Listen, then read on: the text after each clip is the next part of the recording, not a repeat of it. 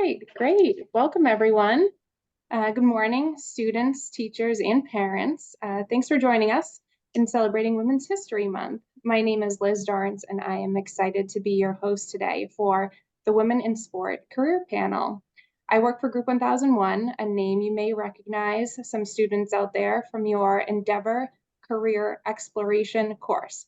Say that 3 times fast. By sponsoring EVERFI's Endeavor course, Group 1001 hopes to empower the next generation of leaders through education and career exploration.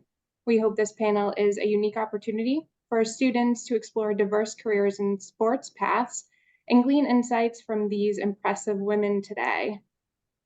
A note, please add any questions that you may have for our guests in the chat throughout the program, and your focus will be rewarded as we plan to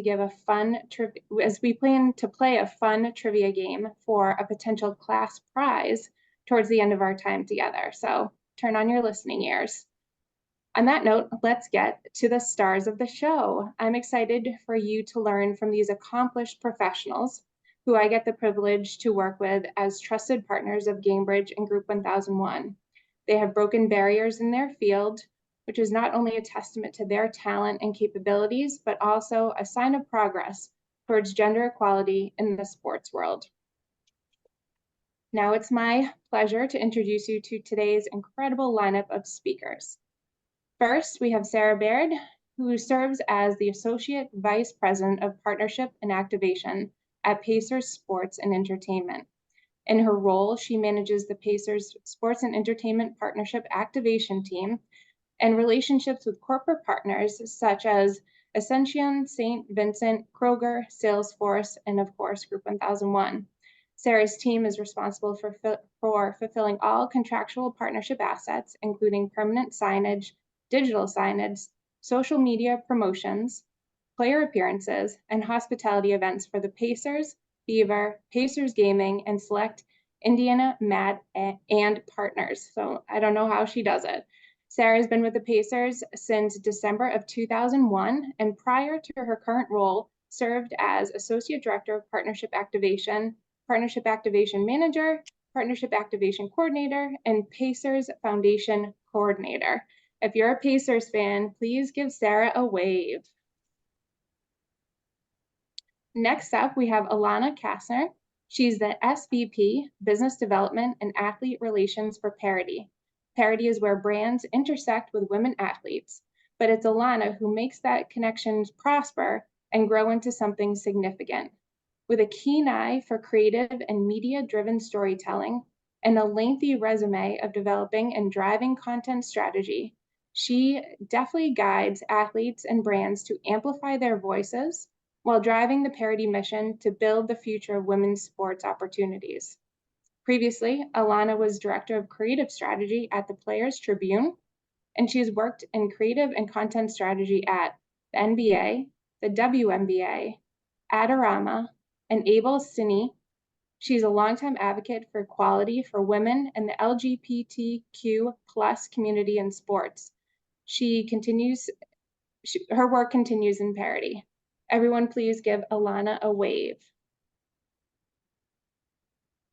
Great, and finally, last but not least, we have Ryann Weatherford. Ryann is the Vice President of Partnerships and Communication at Andretti Global. A native to Northern Indiana, Ryann is no stranger to the world of motorsport. Well-versed in all principles of the sport, she oversees the commercial department focusing on digital and earned media, sponsorship and event planning, and crisis communications.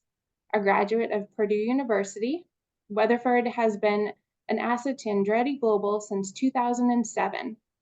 After over a decade of working alongside Michael Andretti, Weatherford's experience comes from the worlds of IndyCar, Indy, NXT, AIGP, US Rally Course, Formula E, Extreme E, and IMSA. Everyone give Ryann a wave. Now, let's get right to it. Sarah, if you could lead us off. Why did you decide to work in sports, and what do you love about it? Sure. Hi, everybody. Both of my parents were college athletes, and both were in the education system. So when I was growing up, My parents were both coaches as well. So I got to see sort of the behind the scenes. If it was a Saturday morning, I was helping my dad, wash football pants. If it was a Wednesday night, I was probably running the scorebook for a volleyball or a basketball game with my mom. So I got to sort of see the behind the scenes of sports from a really young age. So that exposure was really important for me. When I was in high school, there was a local summer camp that was needing some instruction. And so I not only coached at it, but I eventually got to run the summer camp. And from there, I sort of felt a rush. I kind of knew I was doing the right thing because I never wanted to stop working, even though I was in high school and college. It was running that summer camp that gave me the insights as to how you order promotional items, how you hire people, how you do payroll, how you come up with promoting something. And so I was really intrigued. And so I looked into sports marketing programs, and IU had an awesome, small at the time, very selective program, and was able to apply and get in. And in that, my coursework was really incredible because almost all of my classes didn't have tests. And I was so shocked by it. But what they did have was they had case studies, and we got to spend so much time training our brains to solve problems and think very creatively and work in small groups. And to this day, that's what I do every day. I think my career every day is like a group project, right? And I did several internships. Actually, three of them were at the Indianapolis Motor Speedway. And I thought for sure I was going to end up in racing. And my last internship before graduating from IU was actually here at Pacer Sports and Entertainment. And it was within just weeks of my internship, I knew that this is where I needed to be. I wanted to be.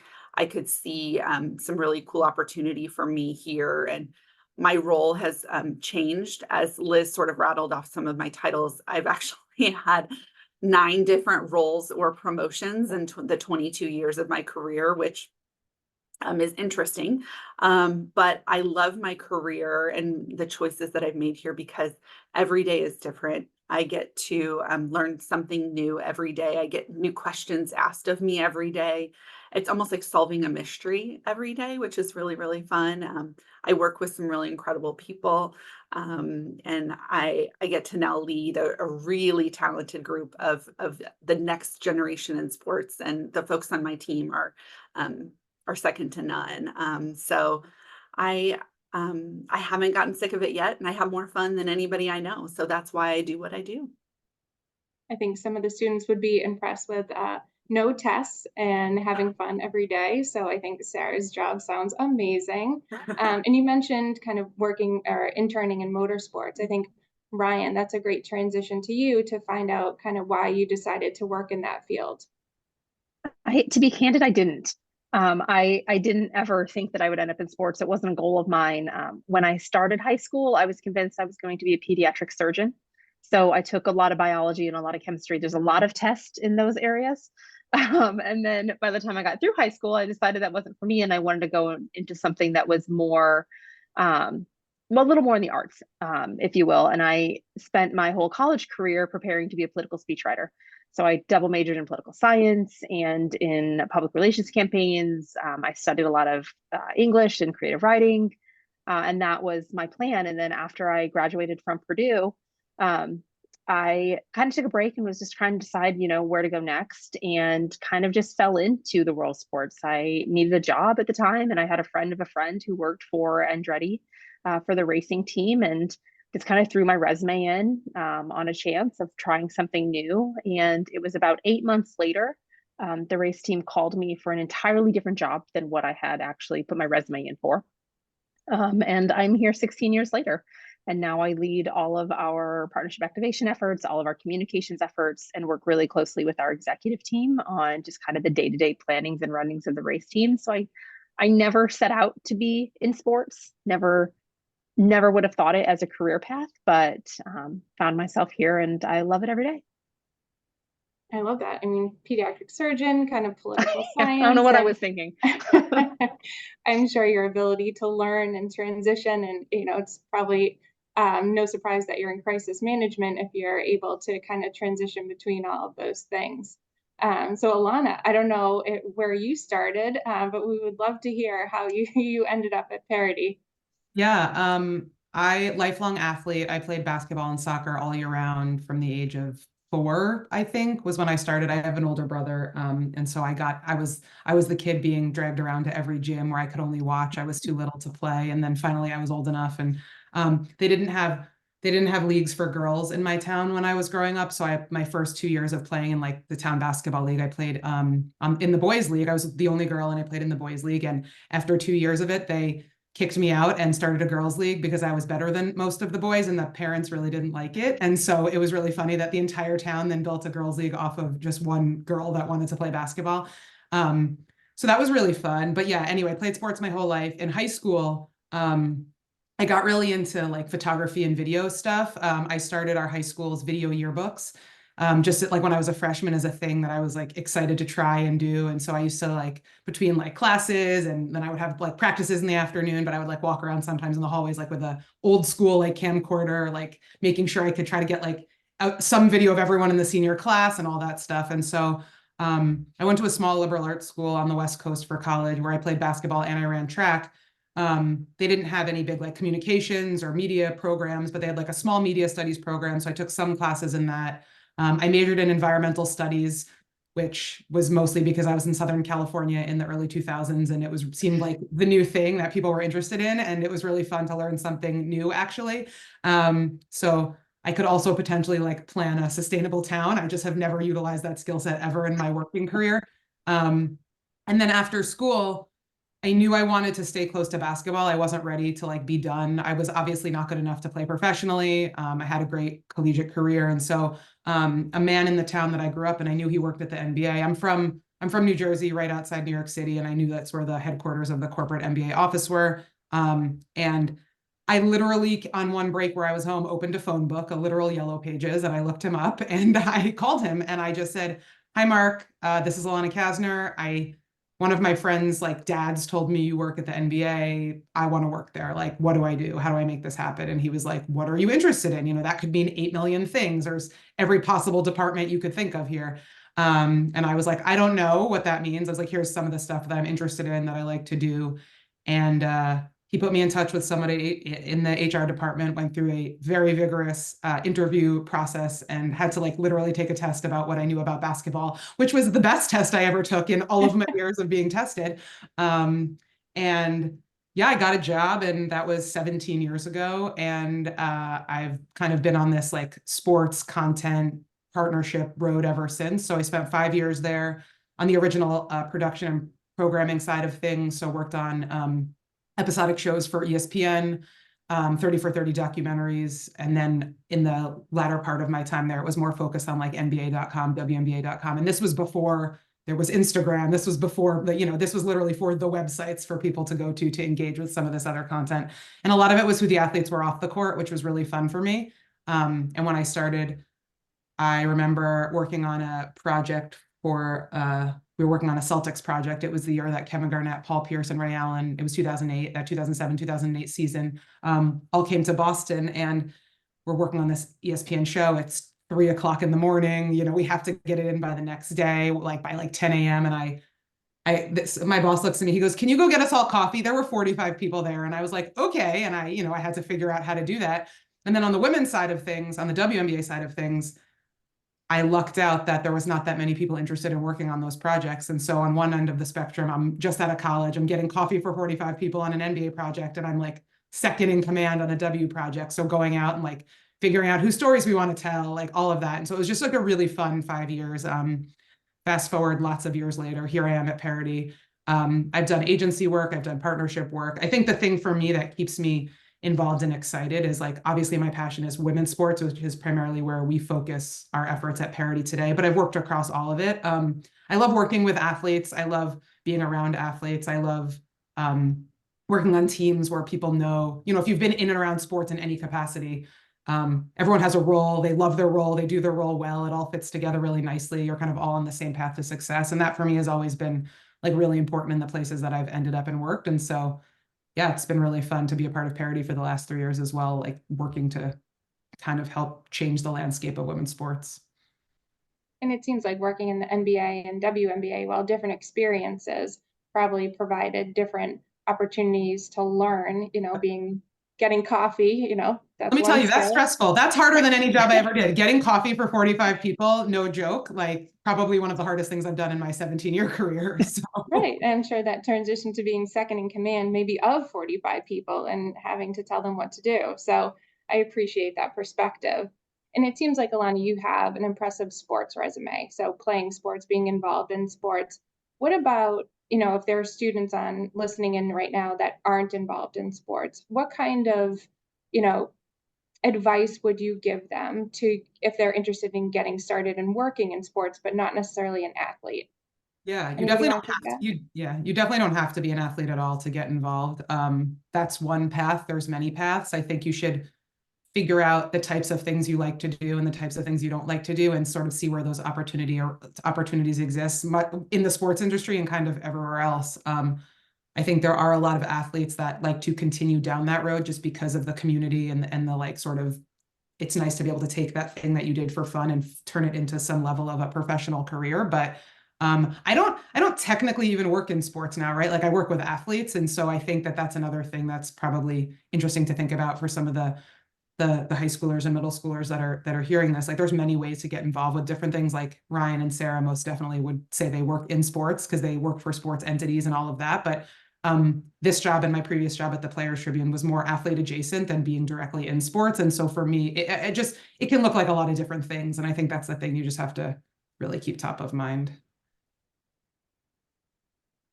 Anyone else have advice for students that may not play sports but want to get into sports? Yeah, I would just say, I mean, I played tennis all through high school, but I was not going to play after my senior year of high school. I was not that talented. And I would just say it's so important to just find something that gives you life, right? It doesn't matter if it's pickleball or if it's the arts or if it's culinary, but if you're not enjoying it, then why are you doing it? I have a 7-year-old daughter, and that's what I always tell her. It's like, I don't care where I drop you off. It could literally be at the cooking school or a basketball court, or it could be a softball field. But if you're not enjoying it, then what are we doing here? We need to figure out what are we interested in. And so that's for playing something, that's for working in something, that's for spending time with people. If you're not enjoying it, don't waste your time on it. And it may be something that you're interested in, but also something that you're inspired by. Ryan, is there anyone in sports or, any incredible people, any incredible brands that really inspire you? I can't really say that there's just one, to be really honest, where the world that I work in motorsport, it seems very much like a male-oriented world, but there are so many strong female women all around us, so many race teams with all of the racing series that it's really, and I think that Alana and Sarah probably maybe see this too in sport, like it's easy to find a mentor. There's so many great people that work in sports that are willing to help share their careers and help guide young talent that I can't say there's just one that ever stood out as like, wow, that's what inspired me. But I just think the sport mentality as a collective is so supportive of growing careers.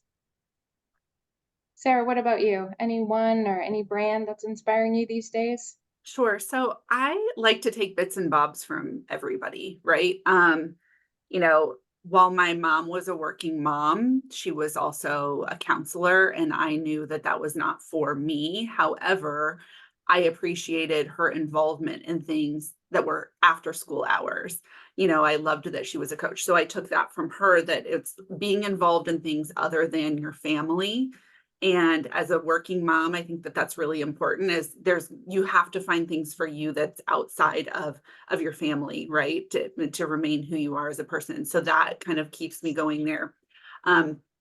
Because I have been in this industry for 22 years, when I first got in, there were not a lot of women in sports. I think when I was in college, there were 3 females in my program, maybe 4. I had one female professor that was taught sport law. But when I got in, there weren't a lot of people to look at that were like me in rooms. And they certainly were not in leadership positions. And now I walk into rooms and half or more of the room is filled with women who are like me. And so I like to take bits and bobs from everybody. Literally after this panel ends, I'm going to lunch with our future CEO. We will now, Pacer Sports and Entertainment will transition in June, and we will have a female CEO, which one of a very small handful in professional sports. But she and I have a lot to learn from each other. She came from Washington, D.C., from politics, and has not been with the team for 22 years. I've been here for 22 years, and we just sort of formed this great relationship, and we just go and we just bounce things off of each other. And so to find women like that, I've got an awesome group of females who work for me, and I'm always instilling in them, like, I did not have a lot of people bringing me up, and so I will always make room at my table. I will always make room in a room. I will always invite you to anything. You just have to tell me that that's what you want, because there are some people that they just want to come to work and they just want to do their job, and they're fine without a lot of growth, and that's fine. That's not how I'm wired. And so, but if you want that for you, I will be here for you as a woman, because no one told me that when I was in my 20s. I think that's great. I'm so happy we got some claps and hearts when you said the new CEO is a woman. I'm like, where are all the ladies at? Let's celebrate this. She's awesome. She's It's amazing. Women's History Month. Let's go. Yes. Alana, question for you, and then we can go through the rest of the group about what a typical day looks like. I know there's no typical day, but I'm sure some students want to understand, what is content creation? How are you spending your 9 to 5 or, 9 to 10 some days, or 4 in the morning? Tell us a little bit about your day. Yeah, a typical day is interesting. I'm also a mom. I have a 5-year-old son, and so most of my morning is spent with him before he goes to school. And then I start working. Things are obviously different now. Our company is fully remote, and so that changed for me later in my career. I actually worked a little bit at home while I was at the Players Tribune before this role at Parity, but then obviously with the pandemic, this company is small. There's only 14 of us. We're all over the country. So there's no kind of home base to go to, which has been an adjustment.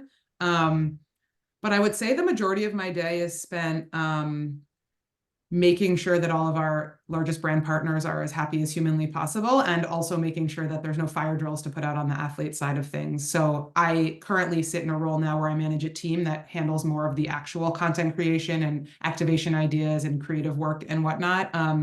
But we could be putting together decks for different brands, athlete campaign briefs, literally reviewing content with athletes that they're creating for whether it's social or other things. So it can really look like a little bit of everything. I think content creation also can mean a lot of things these days. There's a lot of work that's happening on the social media platforms. So that's like one way of looking at it. And the athletes as creators are making all different types of reels or TikTok videos or, photos and whatnot.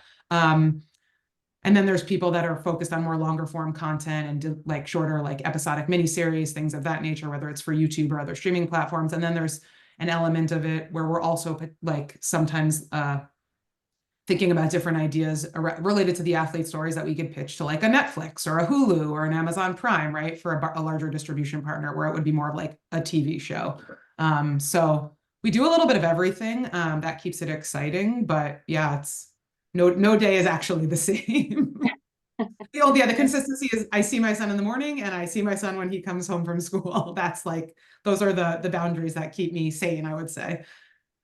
And Ryan, I would say the same is true for you. And then plus adding in a lot of travel, right? You're traveling a lot during the course of the week, month, if you're in season. Is that correct? Tell us a little bit about your day. Yeah, a day in November looks very different than a day in April, which I think is that way for a lot of sports, just when you're in season or out of season. But when we're in the office, it's anything from, just writing and proofing press releases to reviewing content, working with our content team on new plans and campaigns, partner meetings and planning, executive things, keeping their schedules balanced and pulling it together. But travel with the race. It's 4 days a weekend, or 4 days a week, for a race usually, and that can be anything from attending appearances with drivers to doing media hosting events or partner dinners.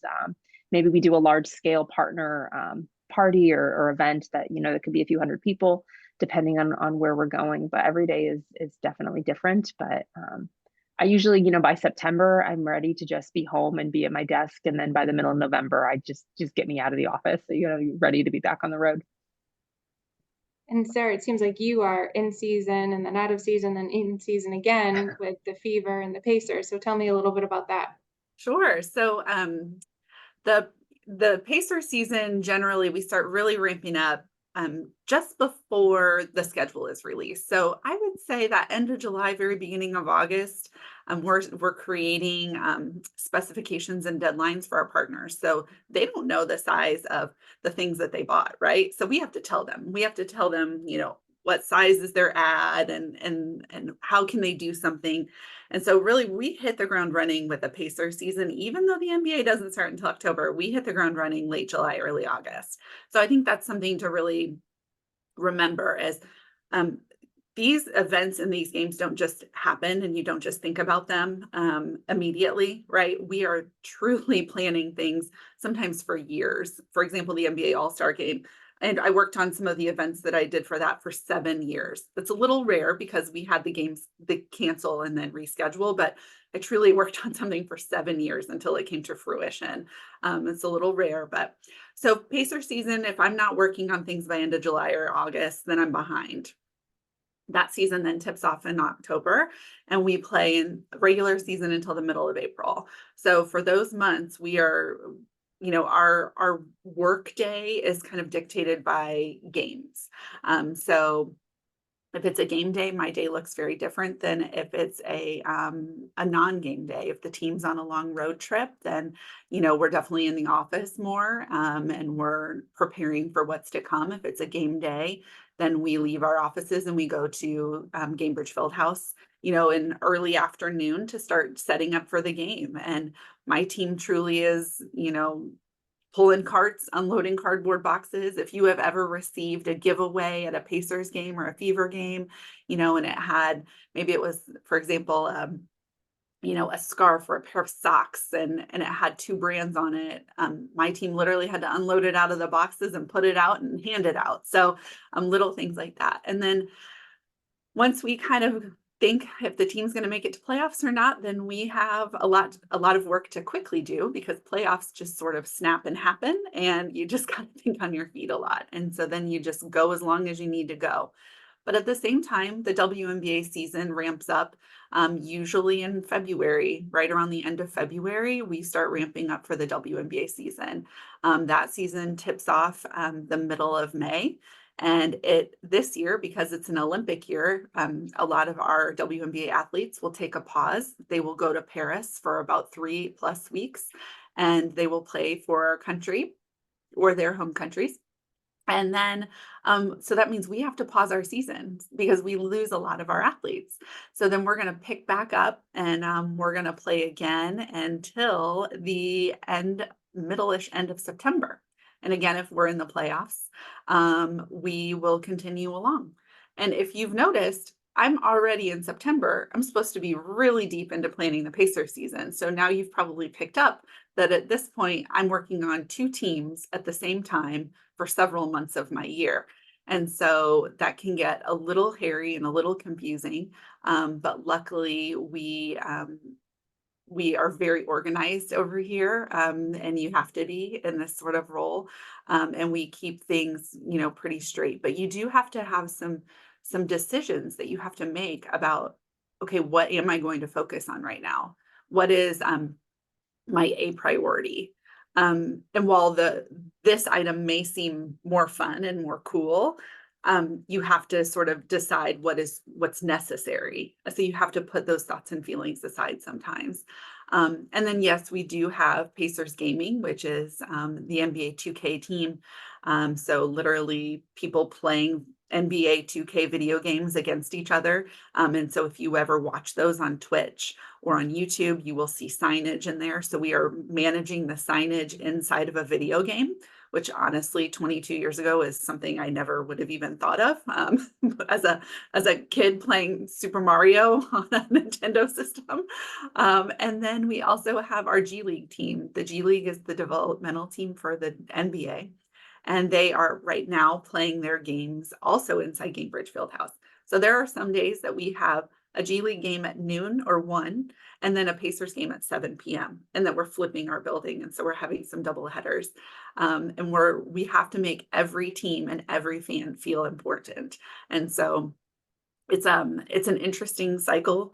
But let's just say that I'm generally never sitting at my desk for this long. Like, this is probably the longest I've ever sat at my desk. So I get a lot of steps in for sure. I appreciate that. This is the longest I've sat at my desks today. So definitely I have more of appreciation for my free t-shirt right now after hearing everything that comes, before it. So thank you for that and my free t-shirt. As we transition to some Q&A, I know we had some students submit questions in advance, and then we are going to open it up to students on the phone. I wanted to talk about one piece of advice that you would give kids who dream of working in sports one day, whether they're on this call or, perhaps they watch the recording. What would you say to some of the students? Ryan, do you want to go first? I see you're not on mute, so I'll pick on you. I think don't be afraid to raise your hand. Don't be afraid to be the one that volunteers to go get 45 people coffee, or to unbox t-shirts. And like there's no job in what we do that's too small. I mean, every little piece of it is needed to make every part happen. And don't be afraid to just throw yourself out there, and volunteer for things, and that could lead to some really great opportunities and growth. What about you, Alana? Oh, I was just going to say too, and I mean, I think Ryan and I had similar inroads, but like, reach out to people in your network. Don't be afraid to connect with people that are in this space. A friend of a friend, someone maybe don't know super well, but maybe met once or twice. Like, I think thinking about places that could be interesting to you and people you might know that have connections there is probably a good thing to think about, but also, and not be afraid to ask. Like Sarah also said earlier, like, the sports community is very willing to help and always tries to be, if they can, they'll do what they can to help move you. If they're not the right person to talk to, they'll get you in touch with the right person to talk to, all of that. And so it's kind of a big network of connections, but I definitely think that you shouldn't be scared to speak up and ask for help and all that. I have two kind of mantras, and one Ryan sort of hit on, but it's literally, as Taylor Swift says, "Are you ready for it?" So that's big in my house, but it's also big in my field house. So I think it's a ride. Just be ready for where things will take you, and go with it. Some of the things that I've gotten to do, and things I've gotten to accomplish, I never would have thought, A, as a kid, B, as when I first walked through these doors. So just go with it. Even if it's not in your job description, because nothing I do anymore is in my job description. HR literally sent me my job description the other day, and they were like, "Can you edit this? Because I don't think this is you anymore." And I'm like, yes. So that's the, are you ready for it? I think that's an important thing to have. And then also, balance is important. And so I always tell everybody on my team and anybody I encounter, but be where you are. And I know that sounds simple, but like, when I am at work, I am at work, and I'm killing the game, right? But when I am driving home, that's my time. And I listen to audiobooks, or I'll talk to a friend on the phone. But the minute my garage door goes up, I am a mom to that 7-year-old girl. She doesn't care about what happened in my office. She just wants a mom to be there for her. And so be where you are. And then when she goes to bed, if I need to pull it back out, I do. But my husband and my daughter become my priority the minute I leave this door. This is my house here. And I will treat everybody as family here. But when I am at my house, I'm at my house.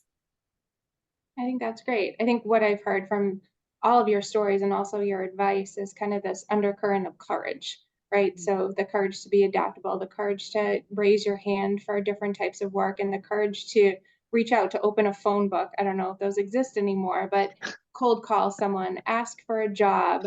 I think that's really commendable and something that the students may take home today. So I appreciate your advice and your courage. I wanted to open it up for some 3 questions that we received prior to the panel today. So we heard from Chatsworth Charter School, a 9th grade class, and they wanted to know, what are the biggest challenges women in sports have faced?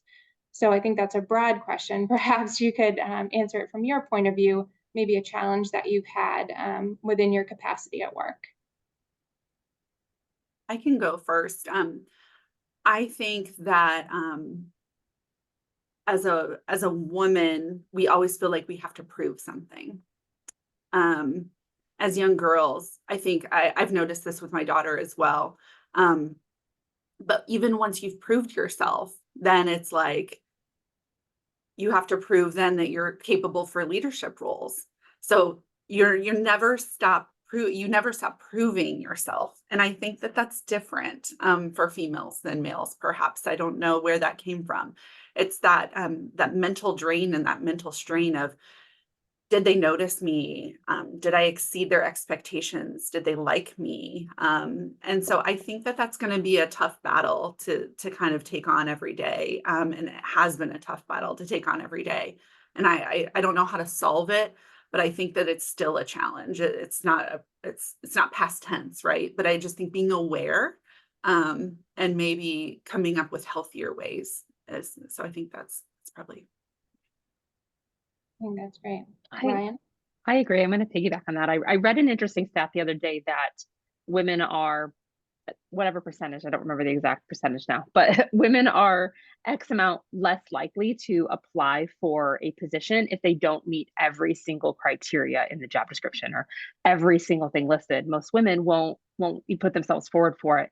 And I think that speaks to the courage and putting yourself out there, like we've talked to, but also a little bit of that imposter syndrome, where I think it's so much more natural for women to just question whether we belong in that role and whether we are strong enough and whether we have that ability. And you just have to sometimes go for it. Maybe you only have 90% of, the bullet points on the sheet of paper, but through the conversation, you can easily, prove yourself and prove your worth, and you can learn the other 10% pretty quickly sometimes. I love that. You want me to hop in on this one too, Liz? Or Yeah, I would love to hear from you. Yeah, no, I mean, I agree completely with what both Sarah and Ryann said. I think the other thing is some of it's changed a little bit. Like when I was first starting, I was one of the only women in almost every room that I was in the sports space. And I think now that's not the case anymore, much like both Sarah and Ryann have noted, and myself as well. Like the whole community has grown. And so I think if you can, find a mentor, reach out to somebody, like have that connection point. Like most of the women that are at the place that we are now are looking to help bring other people up with us. And maybe that wasn't exactly the landscape when we first started. And so I think some of the challenges have changed a little bit, but again, it's kind of just believe in yourself and know that you're capable of almost any role that's probably out there. And I think that actually ties into the next question we had from a 5th grade class. They asked, what motivated you and who your role models are. So Alana, did you have a role model growing up or a mentor professionally that really helped lift you up? The first answer that came to mind was Michael Jordan. That doesn't count. I grew up wanting to be Michael Jordan, the first woman in the NBA, whatever. And even as a Knicks fan, that was crushing, and much like I'm sure for Pacers fans as well, also equally hard in the 90s to be on East Coast team. I think one of my personal role models was my grandma. My grandfather died when she was 43. I never met him. It was way before I was born. And she worked until she was 80 something, and she just kept going. And it was sort of this thing she did for herself every day. She knew what she was capable of, and she didn't want to not live into that space. So I always found a lot of motivation in what she did. In the sports world, there was a couple of colleagues of mine that I'm still friends with that I met now almost 20 years ago. At the NBA, WNBA, who were some of those original women in the room who I've just stayed very close with. And as they've as they've risen, we've stayed in touch and we're friends and we've done various things together, and and we've become friends personally outside of just the working world. But those are, those are the people that I'll, if I have a quick question, or yeah, it's been a stressful week and I'm like, I just need to like talk to someone that gets it, reach out, send a text, quick phone call, FaceTime or whatever. Yeah, but there's been a couple of people along the way that have been very important in the growth of my career. And so I make sure that they know that they were important to me, and now we're, friends to this day. So. Sarah, do you have a Michael Jordan in your world who inspired you? Honestly, there's obviously been several women along the way, and I've talked about Mel and things, but I don't want to also discount, because I know we do have a lot of young people on this call. There's almost like a reverse with me. I am so motivated by and inspired by my kid, right? I mean, I think kids should not discount how powerful they are in adults' lives. So the reason why I say this is she can come and she can work games with me, which is super cool. And she does. And I take volunteer time off to be present in her school and serve on the board of directors of her school.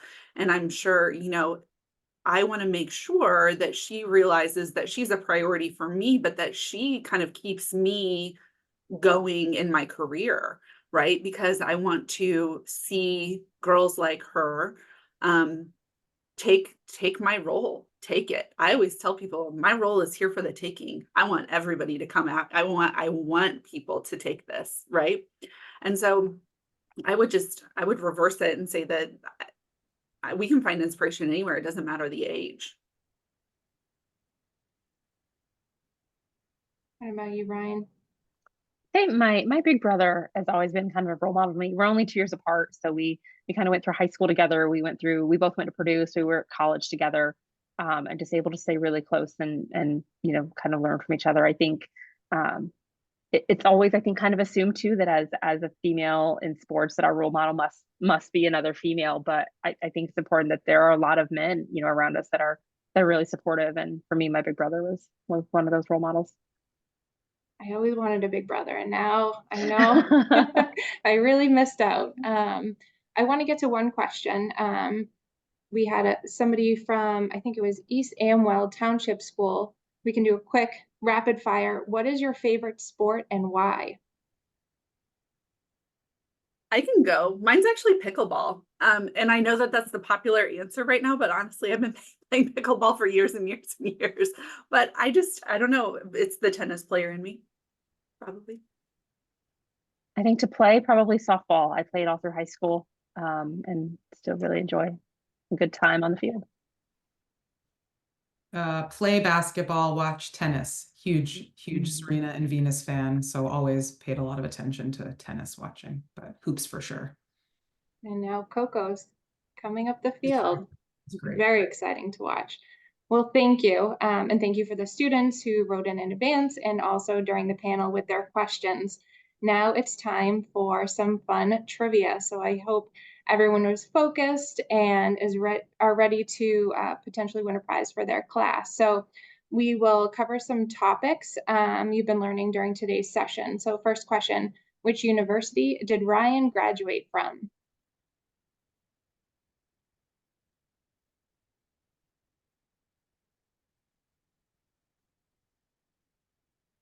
I don't know if we're gonna see the results.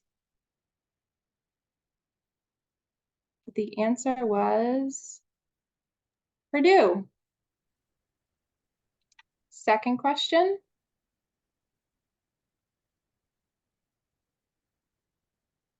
At which college did Alana compete as a multi-sport athlete?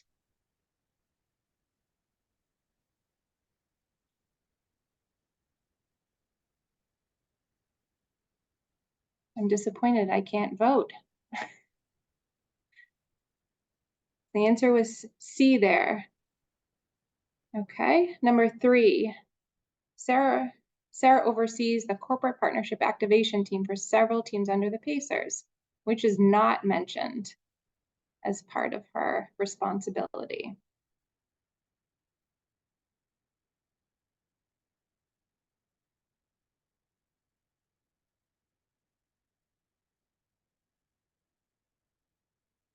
If you guessed Fort Wayne Flyers, you are correct. Next question. Before joining Parity, Alana served as Director of Creative Strategy at which platform?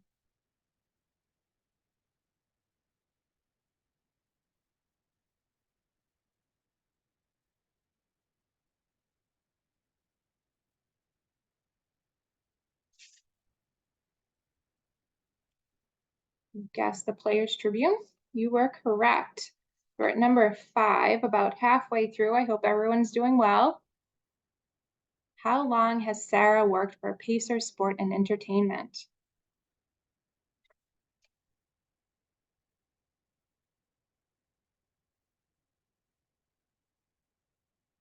She actually mentioned this twice in her bio and telling us about her meeting later today. So if you guessed 22 years, you're correct. Okay, number 6. What type of racing is Andretti Global mainly known for?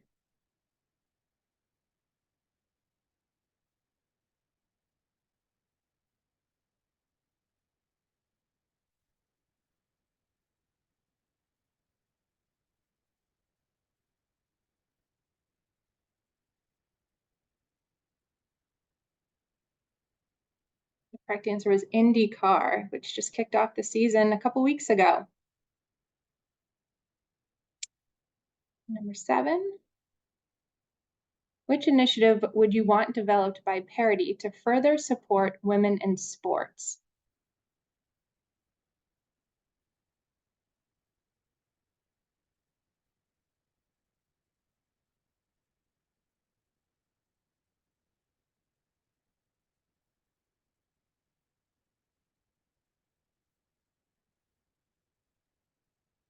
So no wrong answer with that. I hope everyone checked all of the above, but we support any answer you may have given us. Number 8, where did Sarah graduate from?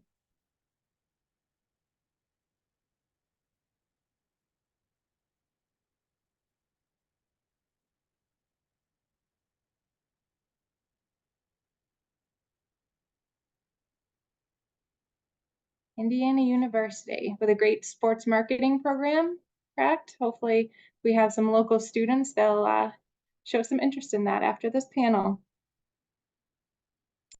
Number 9.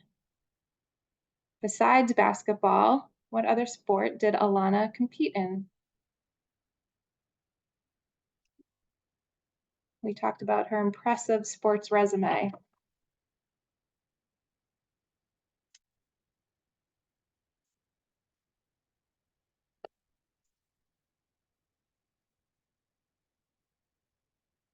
Track and field. Okay.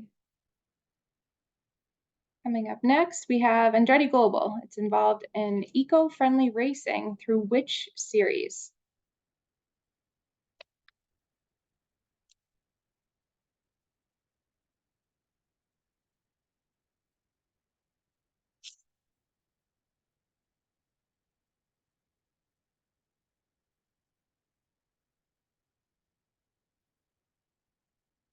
This is a tricky one, but it's Formula E.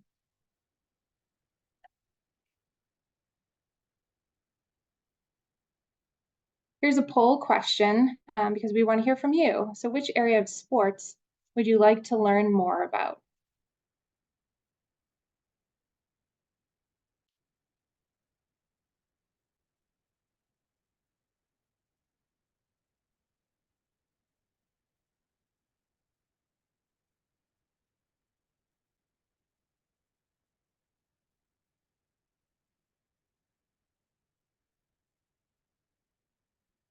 Great, and our last question, which also will be a poll, really talks about if you were inspired today by our wonderful panelists, what steps will you take to pursue a career in sports and entertainment?